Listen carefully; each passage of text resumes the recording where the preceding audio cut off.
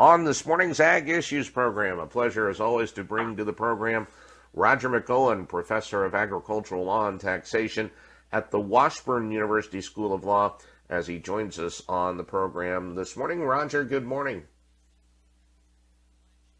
Good morning, Greg. Nice to hear you. Yep, absolutely. Happy New Year. And normally we have you on every couple of weeks. We had you on last week, but that changed somewhat due in part of what we saw Friday from the Environmental Protection Agency and the Army Corps of Engineers. And this is their, printing an official release of the final rule on the waters of the United States definition. Something we have been waiting for, not necessarily before the end of the year, but nonetheless, there is a lot to go through here.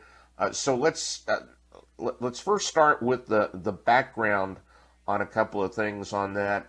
And this really is based on a couple of court cases, or in this case, sets of rules that takes place. One that was during the Trump administration when they made their own rules as far as the Navigable Waters Protection Rule, but one even further back from that as well. Yeah, it goes, of course, to the Clean Water Act amendments in 1972 and scope of the federal government's regulatory authority under that law over wet areas on private land and streams and rivers.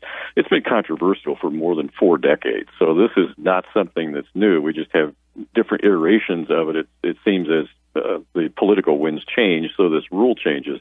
And we've had many court opinions that have been filed that have attempted to define the scope of the government's jurisdiction on water on private land. And on 2 occasions, the U.S. Supreme Court has tried to clarify the matters, but in the process of rejecting the regulatory definition of a WOTUS that the EPA had come up with, along with the U.S. Army Corps of Engineers, the Supreme Court didn't provide clear direction for the lower courts in a significant opinion either in 2001 or in 2006, which are the 2 U.S. Supreme Court opinions that are out there on this. Well, you fast forward past 2006, the Obama administration created their own rule. Burial agriculture did not all. The Trump administration rescinded the Obama-era rule with its own rule, as you referenced, the Navigable Waters Protection Rule, and that was developed in 2019 and finalized in 2020. And that redefined the Obama-era WOTUS rule to include only traditional navigable waters and perennial and intermittent tributaries, and those that contribute surface water flow to such waters in certain lakes and ponds and impoundments of jurisdictional waters, and wetlands that were adjacent to other jurisdictional waters. So, in short, what happened was that the Trump rule narrowed the definition of the statutory phrase waters of the United States to basically comport with Justice Scalia's approach in the Rapinos opinion in 2006. And again, this is the federal government agencies trying to figure out what the Supreme Court was saying in 2006 and which of the many numerous opinions that were rendered by the justices in that case should be. And so what happened under the Trump rule was that it excluded from federal government jurisdiction wetlands that had no continuous surface connection to jurisdictional waters. That was a big development for agriculture. Your ephemeral dry stream beds were no longer covered as a navigable water of the United States. I know it sounds stupid, but that's what the federal government was doing. The prairie pothole region in the Dakotas and reaching down throughout Minnesota and Iowa, they found that rule much of much greater help because a lot of those prairie potholes would no longer be subject to federal jurisdiction. It would be left up to more of state control with respect to those, and so it freed up a lot of farming activities. The Obama era rule was very troubling for a lot of farming operations. Where you had those ephemeral dry stream beds, and you were in the prairie pothole region, and that rule more closely followed the Supreme Court's guidance in those 2 cases in 2001 and 2006 than did the Obama rule. But it got challenged by environmental groups, and just like the Obama rule had been challenged by 30 states, the Trump rule had been challenged in 15 cases filed in 11 federal district courts. So this has been a mess for quite some time.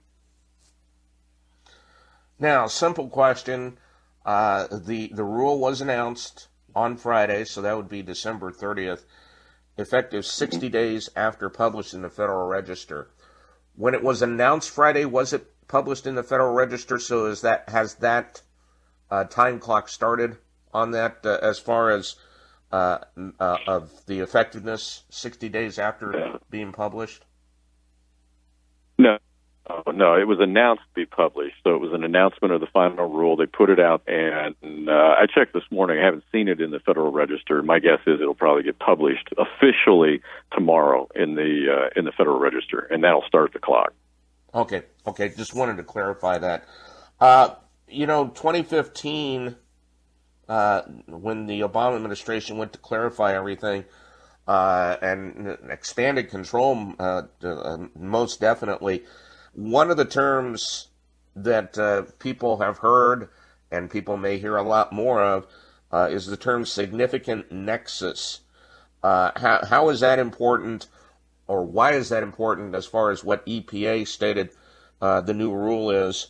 In this case, they would like to restore that significant nexus on the waters of the U.S. rule.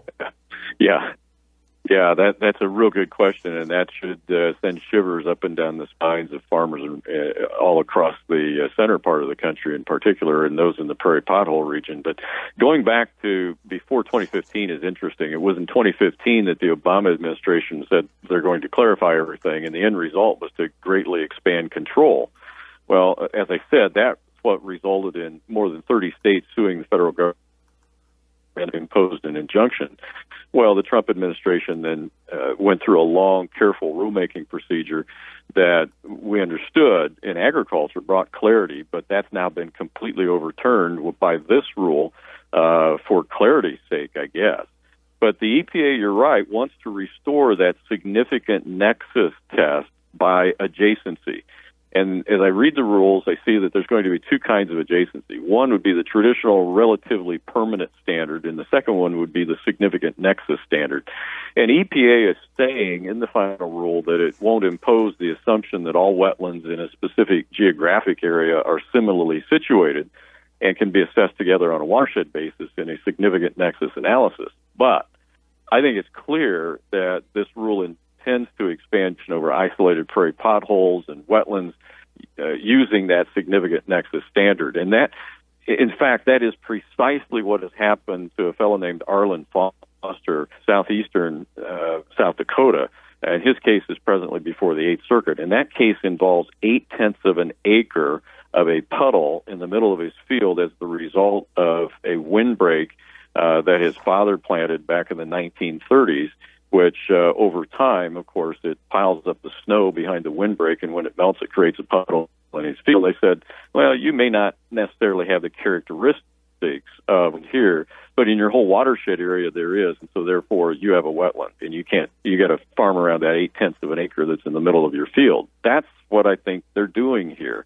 They're intending to expand jurisdiction over these isolated prairie pothole wetlands using that significant nexus standard, where they can connect it to downstream waters by surface water and shallow subsurface water and groundwater flows and through biological chemical connections. And so it appears to me to be the basis, that this is the basis for overturning the rule that was adopted under the Trump administration. Similar, the word similar is repeated throughout Section 10 of this final rule in the response to comments. It's just repeated over and over. And that essentially will alienate every supporter of the 2019 rule. And I think the prairie pothole region is in harm's way with this. I fear with regard to wetlands, the only difference from the 2015 proposed rule are just superficial changes intended to avoid the 30 states suing again. Roger McEowen, professor of agricultural law and taxation at the Washburn University School of Law. We're talking about EPA's announcement on Friday of the final rule of the waters of the United States definition. So, simple logic here, Roger. EPA announces the rule, and the Army Corps of Engineers as well talks about the rule or announces the rule on Friday.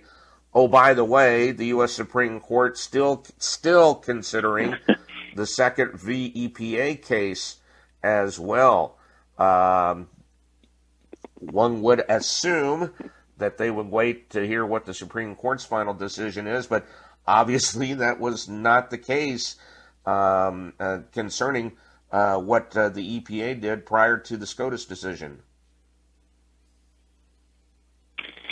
Yeah, that's a real problem. Here you have a government administrative agency that's trying to lay down what the law is, and the law hasn't said what the law is yet. You're right. The issue before the Supreme Court right now in the Sackett case coming out of Idaho is whether the U.S. Circuit Court of Appeals for the Ninth Circuit set forth the proper test for determining whether wetlands are waters of the United States under the Clean Water Act.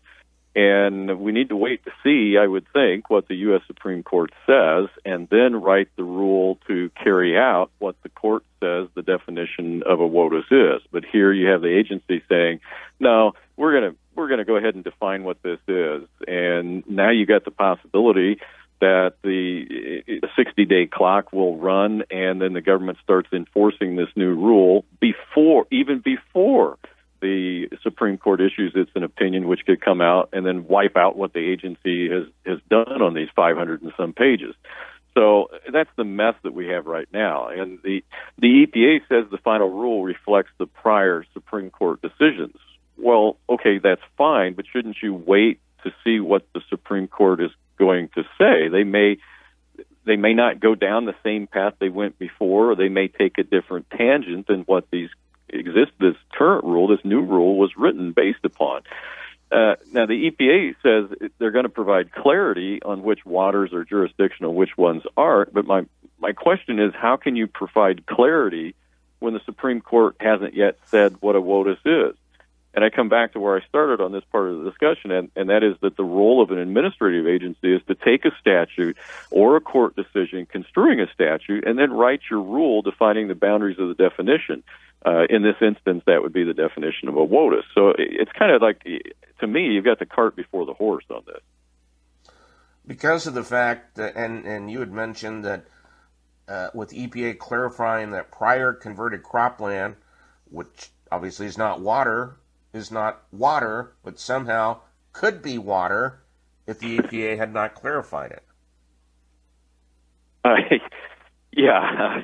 That's the real problem I've got with this, and that's not terribly comforting at all. They say that they're clarifying that prior converted cropland is not a water. Well, how do you clarify something that's not a water is not a water? But somehow it could be if you hadn't clarified it? That doesn't make any sense to me. And then when you read the rule, it requires heaven and earth to be moved to prove that prior converted cropland is actually prior converted cropland and therefore is not a water. So I think the final rule on that point with respect to prior converted cropland is a real mess. It's vague enough to give the government regulatory authority over non-navigable ponds and ditches and potholes, which puts us back to where we were with the controversy over the 2015 rule and the regulation of ditches on private property and farms. Roger, as I'll just ask something simple. It's a very hot political football, and as you mentioned, and as many ag organizations have already said, we've got major concerns. This is 100% nowhere near fair to any farmer out there. No, I don't think so. And again, another thing I would add, I don't see anything that follows the rule that was set forth in the Barthel case, which was an Eighth Circuit opinion over 20 years ago that I was involved in for about 15 of those years. And that case says that a farmer can do whatever they want to do, whatever they need to do with an existing drainage device or drainage system to maintain the, as the court said, historic wetland and farming regime for the farm. Now, Barthel's a swamp buster case, but one of the joint memos that they did when they put this rule out was with USDA, and that's where they got into this prior converted cropland stuff. That's swamp buster. And so this case out of Nebraska from over 20 years ago, NRCS has never wanted to follow that case. They don't even want to recognize it in the Eighth Circuit, because what it says is if you've got drainage tile, if you've got a drain tile down at the road, this was a ditch, the South Fork of the Elkhorn River up in the Sandhills in Nebraska, and there was a pipe in the ditch down at the road. And the court said, well, the Barthels can do whatever they want to do with that as long as it maintains the historic wetland and farming regime on their farm. It doesn't matter what the size of the drain is, what the size of the pattern tile drainage is that you have on your farm. You can replace that. You can do whatever you want with it as long as it maintains the status quo of your historic wetland and farming regime on your farm. The focus should not be on the drainage device. I don't see anything in these rules that even come close to mentioning the Barthel opinion. You're right. My interpretation is there's no chance that this is fair to farmers. The agencies are interpreting waters of the United States to mean waters defined by the 1986 regulations with amendments to reflect the agency's determination of the statutory limits on the scope of waters of the United States. And so I think it's going to be a tough hoe for farmers to deal with this. So then, but I guess I'll ask something simple here. Did not this same agency, the Environmental Protection Agency, look at the Navigable Waters Protection Rule that was done back in 2019, I believe? They thought that was good. So what am I missing here with regards to that? That's a great question. If they thought that was good, these same agencies, how can they be doing what they're doing now? That tells me this is all political, is what this is. So, timeline-wise, you mentioned if it gets published tomorrow, you're looking at the early part, the first couple of days of March, or early March, I guess, that it would become public. And you're probably thinking March for when the second versus EPA announcement, or at least decision, would come out from the Supreme Court? Yeah, that case, the time is interesting. So I'm just kind of pegging March 1 in my head as when this rule becomes official, because you got the 60-day time frame. So if we just set March 1, and I've said for some time that I don't think Sackett will take until the end of the term. I don't think it's going to be a last week of June opinion that comes out by the U.S. Supreme Court at the end of their term. I've said all along, I think that's probably a February, maybe late January, February, early March type release of that decision, because it was argued in early October. It was one of the first cases argued this term. And so it might come out before March 1. It might be shortly after March 1. But this issue is going to be a hot issue for the next several months, and particularly then as we go throughout 2023, if the agencies then have to rewrite all of this based on what the Supreme Court says. So somewhat we could be, I won't say back to square one, but back to where after, during the Obama administration, when we're thinking, okay, it's in effect, it's not in effect, it's in effect, it's not in effect. Yeah, and good news for lawyers that practice in this area, by the way, Greg. Exactly. All right. Hey, Roger, I appreciate you coming on today to talk about what came down Friday, and obviously this will definitely be a topic of discussion, I would assume, here throughout 2023, and, well, I guess hang on for the ride, folks, so to speak.